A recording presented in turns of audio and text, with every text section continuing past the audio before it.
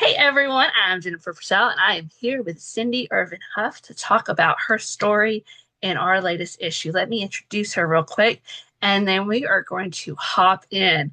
All right, Cindy is a multi-published, award-winning author in historical and contemporary romance.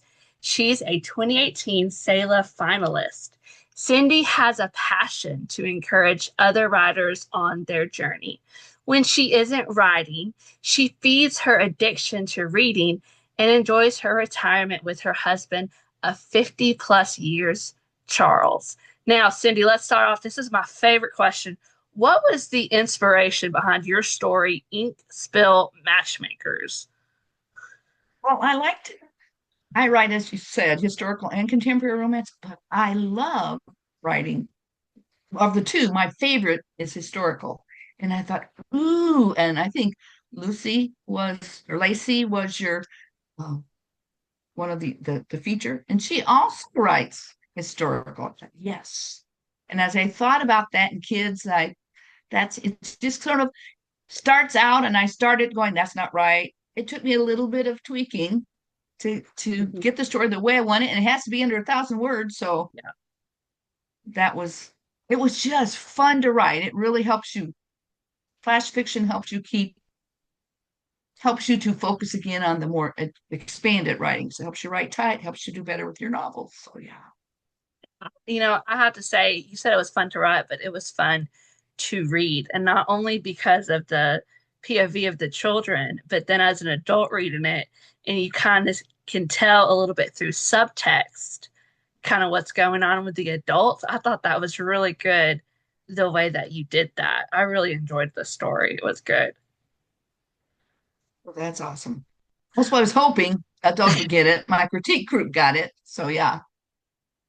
Yeah, I got it. It was great. But okay, so you just answered my question about your favorite subgenre of romance to write. You said you love historical, but I'm curious, when you're reading, what subgenre do you tend to gravitate toward? It just depends because I read a lot. I tell people if I wrote as much as I read, I'd probably have 50 books written by now because I can read 5, 6 books a week. It just depends on what it is. I tend to gravitate towards the Westerny ones, but presently I'm reading uh The Right Heroes of Maine. It's a Robin Patchen. Oh my goodness, that woman is a great romantic suspense writer, and it's all modern day, and something's always happening. And but I'm reading it because I like to see how she writes books in a series. Mm-hmm. So that is always fun. And then I've been reading that between then, and I'll skip over to historical, like Lacey's got her wagon train and her winds of, what's it? Wind River of the West. Let me see what that's called. Yeah, Wind River mail order brides, which is kind of a little bit different than your typical mail order brides. Very well, fun to read. And again, I learned so much from reading other, like I read fantasy, I read mysteries, and I find a lot of things to reinforce what I know about writing, and to kind of sometimes you study something and you go, and really, how does that look?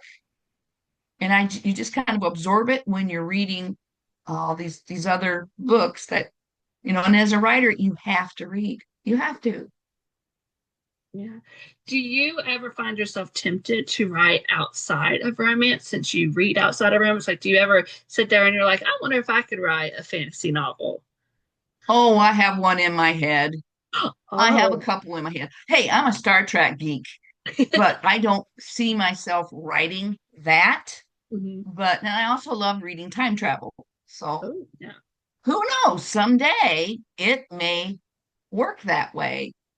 Being as I like historical and all that, we might take a trip in time.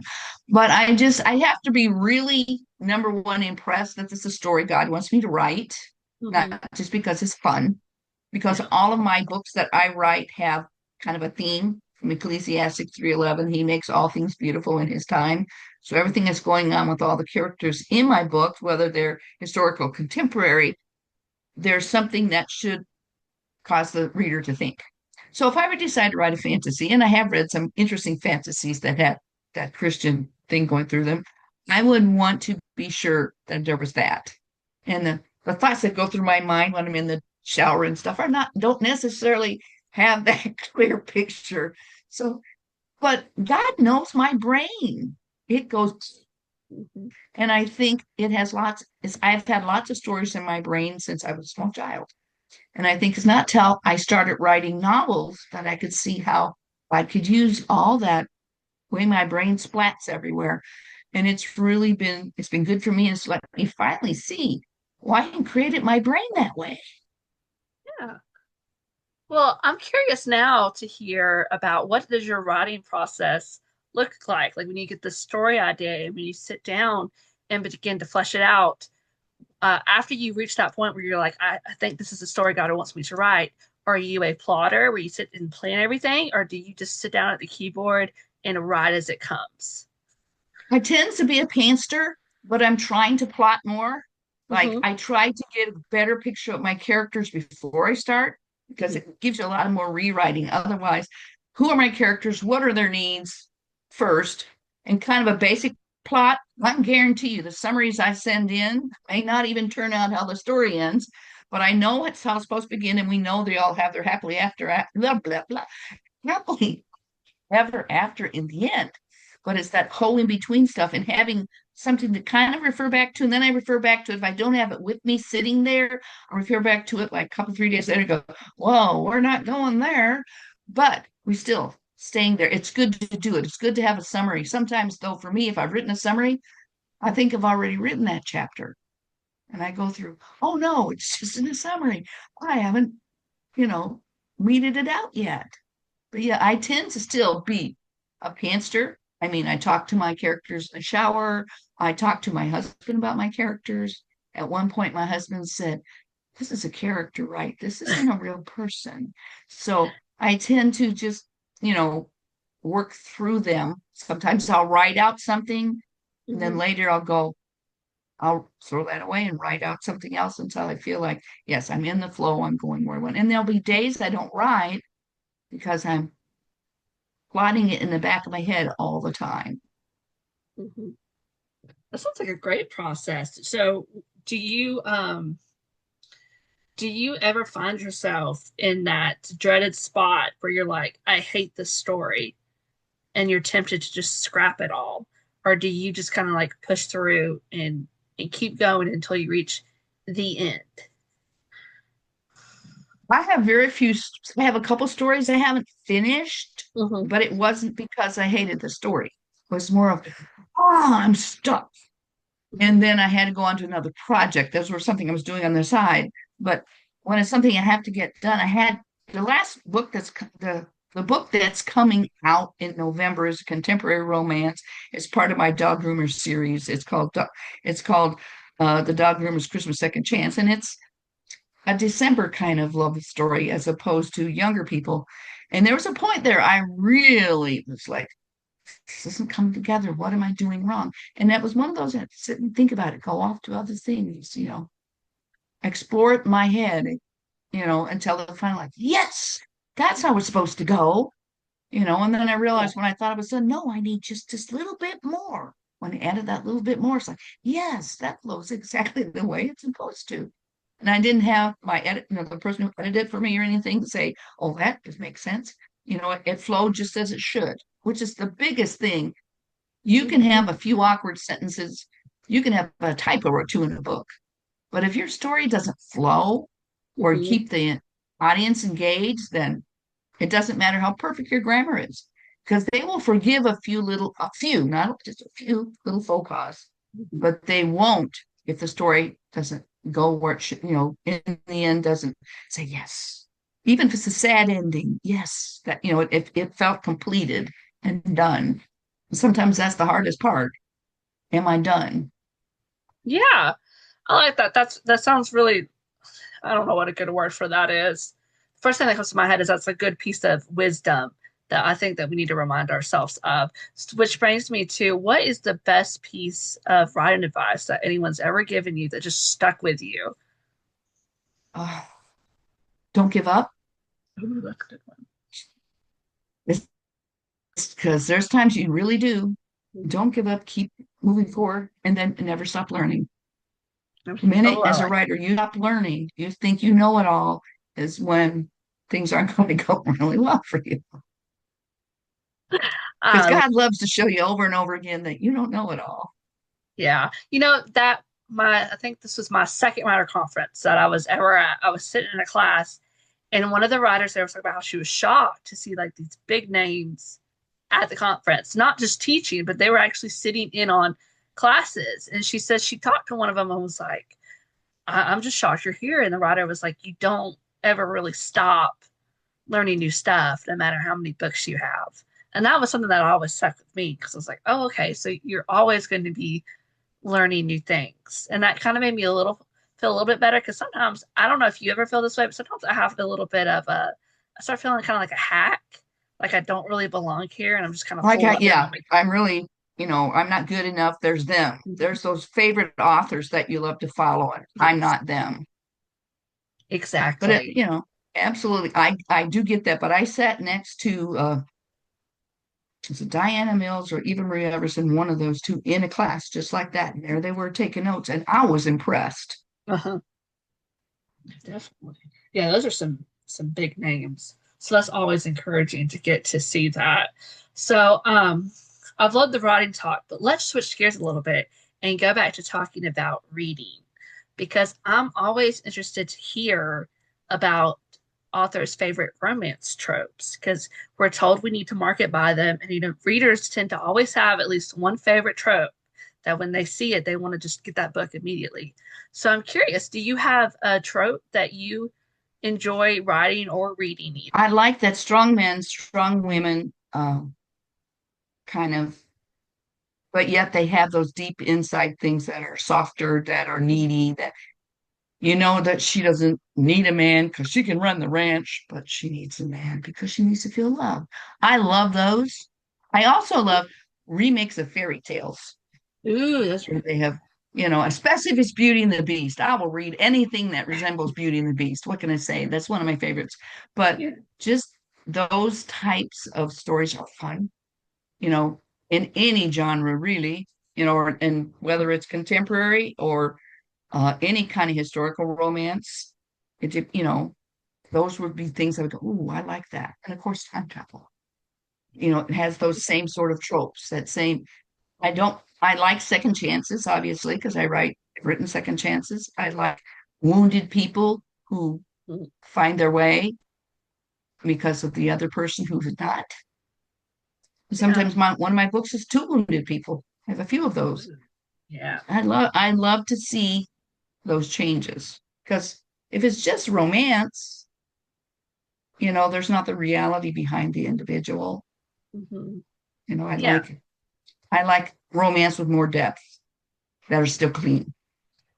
Yes, I can feel that. All right. Now, before we go, we're almost out of time, but you mentioned your dog groomer romance, and I want to circle back to that because I'm intrigued and I want to hear a little bit more about that. Okay, originally started with Bria. Okay, the storyline is Bria it used to be a supermodel, and now she does dog grooming with her brother, her older brother, and she doesn't need a man, but there's a lot of brokenness there.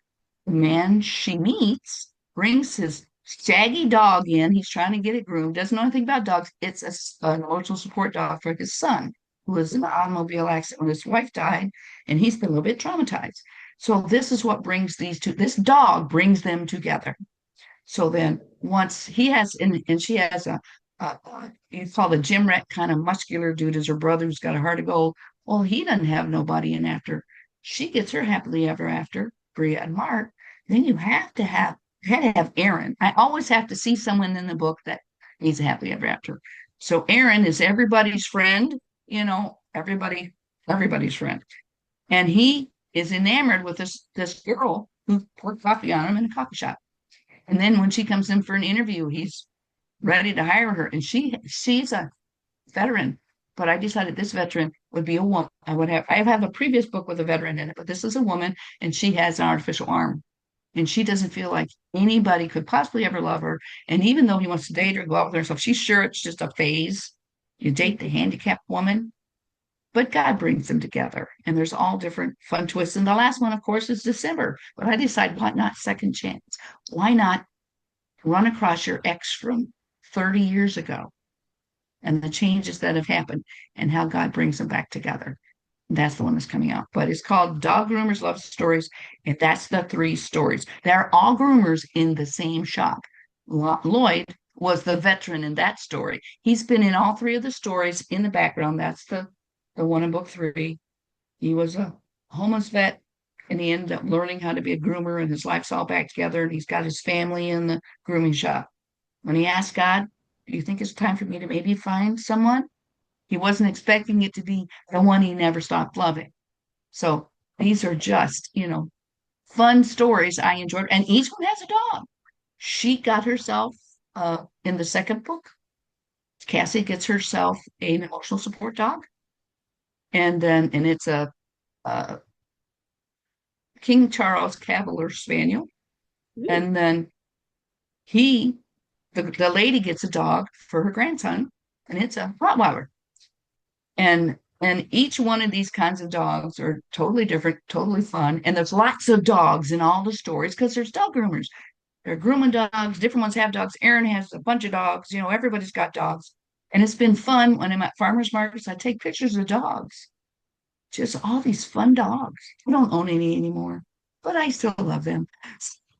that sounds like Yeah, such they're a all good available on Amazon too. Amazon. All right, awesome. That sounds like a good series, and I'm glad that you have a book that features some older couples because I feel like we don't have enough of them. Like a lot of them feature like in their 20s, maybe in their 30s, and I feel like we kind of neglect people over their 30s because you can find love really Mhm. at any age. So I'm glad that you have Absolutely. that. Yeah. Absolutely. All right. Now, before we hop off, where is the best place for readers to find you and to keep up with your writing? Well, I have a newsletter, and if you go to my website, www.cindyervinhuff.com, which is hard, you will find a tab at the top on the top that says sign up for my newsletter. That way you can keep track of me I'll send at least once a month, you'll get a letter, what's going on, a little bit about me, a little about what I'm writing, books I recommend. All right. Awesome. Thank you so much, Cindy, for joining us today. It was a pleasure to get to talk to you about books and about your writing. And this was a delight, Jennifer. Thank you for having me. Thank you, everyone that's watching. If you haven't followed Cindy yet, go to her website. I'll make sure to put a link in the description so you can sign up for her newsletter. And be sure to go to Spark Flash Fiction so you can read her story, Ink Spill Matchmakers, for free. And while you're there, go ahead and check out a few of the other free stories that we have available. Have a great night and don't stop reading.